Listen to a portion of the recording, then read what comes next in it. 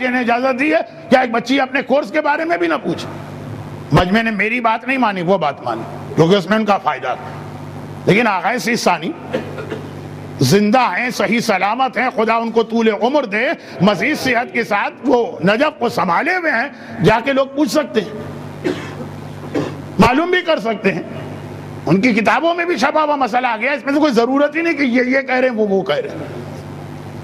تو اسی طرح فیس بک کا بھی جواب آنے والا ہوگا کہ جی کیا بات کرتے ہیں یہ مولانا، یہ پتہ نہیں کون سے کنویں کے مینڈک ہیں۔ کوئی صاحب تو چیلنج کر کے کہیں گے ذرا ٹھہر جاؤ، ان میں سے ہر عالم اور ہر مرجع کا اپنا فیس بک سٹارٹ ہونے والا ہے، کیونکہ مولویوں کی عادت یہی ہوتی ہے، پہلے روکتے ہیں پھر خود وہی کام کرنے لگتے ہیں، اور مثالیں ایسی لاتے ہیں جو شیعہ علماء کی آئین۔ پہلے لاؤڈ اسپیکر کو منع کرتے تھے، اب بغیر لاؤڈ اسپیکر کے مجلس پڑھنے کو تیار نہیں۔ پہلے فوٹوگرافی کو منع کرتے تھے، اب تو کیمرے کے سامنے سے ہٹنے کو تیار نہیں ہے۔ یہ ساری مثالیں ریپیٹ کی جائیں گی نا، ہر چیز کا قوم کے پاس ایک ہی جواب۔ میں کہتا ہوں ہمارے سارے مراجع ان کی کتابیں موجود ہیں، کس مرجع نے یہ چیزیں لکھی؟ مثالیں آپ غیروں کی لے کر آئیں۔ جو نظام حکومت دشمنان اہل بیت کا خراب تھا، اس کی مثالیں لا کے مولا کے حوالے سے بات کریں، اور نتیجے میں جدید ترین فتنوں کو بھی نظر انداز کر دیں کہ یہ تو مجتہدین کا کام ہے، پہلے حرام کہتے ہیں پھر خود ہی حلال کرنے لگتے۔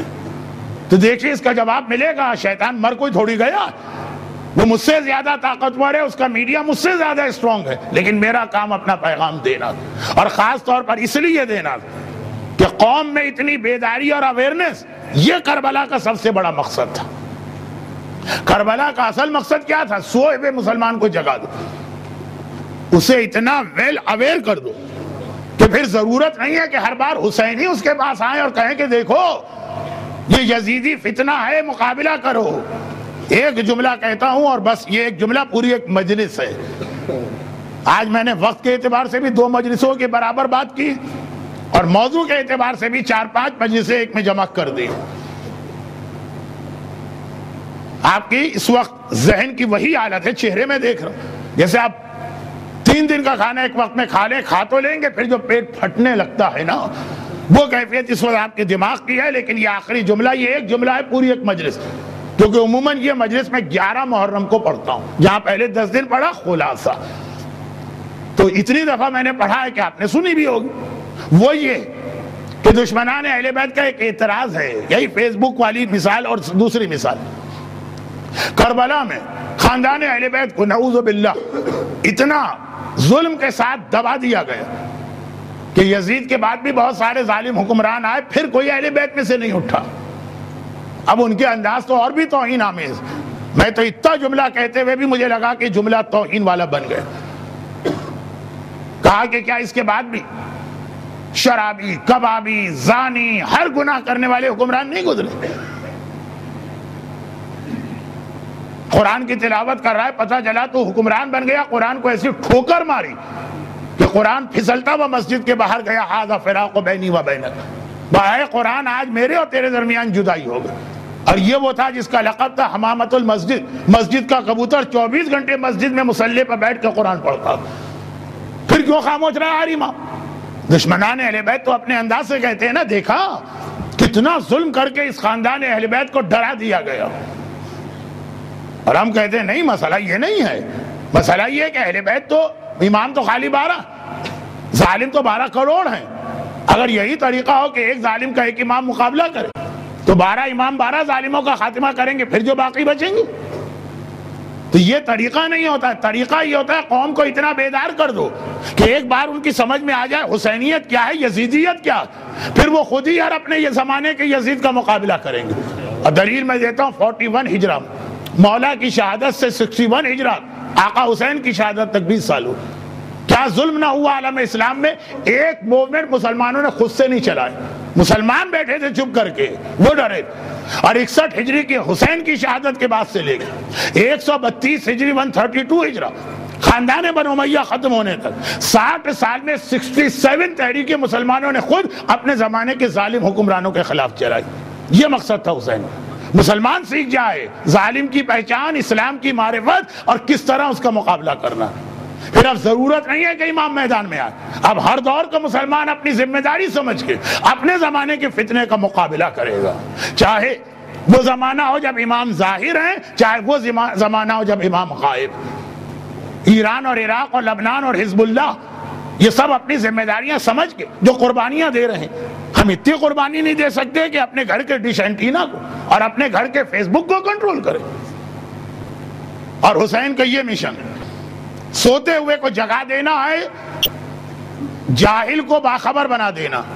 یہ زیارت اربعین کے لیے اب آپ تیار ہو رہے ہیں. عاشورہ ہو گیا نا، زیارت عاشورہ بھی آپ نے پڑھ لی. اب اربعین کی زیارت اربعین آ رہی ہے جس میں آپ کہتے ہیں لِيَسْتَنْقَذَ عِبَادَكَ مِنَ الْجَهَالَةِ. اے خدا میں گواہی دیتا ہوں کہ آقا حسین نے اپنی جان اس لیے دی تاکہ تیرے بندوں کو جہالت سے نکال. ایک بار جہالت یعنی دین کی جہالت اس سے نکل آئے، پھر نہ فیس بک کوئی مسئلہ ہے، نہ مکس گیدرنگ کوئی مسئلہ ہے، نہ شراب کوئی مسئلہ ہے، نہ ڈش اینٹینا کوئی مسئلہ. پھر ضرورت نہیں ہے کہ امام معصوم ہر بار آ کے آپ کو آگاہ کریں، آپ خود ہی اپنی ذمہ داری سمجھ کے وقت سے پہلے فتنے کو پہچان لیں. مگر مسلمان کو اتنا بیدار کرنے کے لیے کربلا کا واقعہ بھی کافی نہیں، کیونکہ کربلا کا واقعہ ایک جنگل میں پیش آیا، وہاں کوئی آئی وٹنس نہیں. کربلا کے سارے مرد مارے گئے، صرف ایک نوجوان بچا، وہ ایک ہے، اور اس کے مقابلے میں 30,000 یزیدی سپاہی ہیں جو آ کے واقعہ اپنے انداز سے بتائیں گے. کربلا کا جو مقصد تھا وہ پورا نہیں ہو سکتا ہے جب تک کہ کربلا میں کوفے اور شام کو نہ ملایا جائے. بغیر کوفے اور شام کے کربلا نامکمل رہے گی اور ادھوری رہے گی. یہی وجہ کہ یزید نے کامیابی کا جشن منایا 11 محرم. 11 محرم کا قافلہ جو کربلا سے چلا تھا کس طرح چلا تھا؟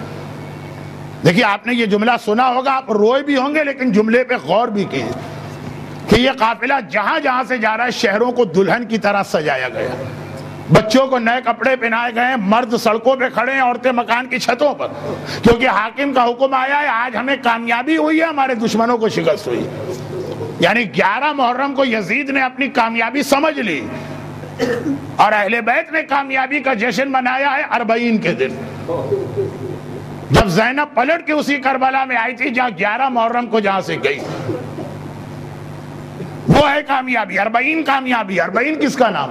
اربعین نام ہے کہ حسینی جہاد خالی کربلا کا نام نہیں ہے، کوفے اور شام کو ملاؤ تو حسینی جہاد مکمل ہوتا. اربعین کوفے اور شام کا نام ہے. کربلا تو ختم، عاشورے کے دن کربلا کا جہاد ختم.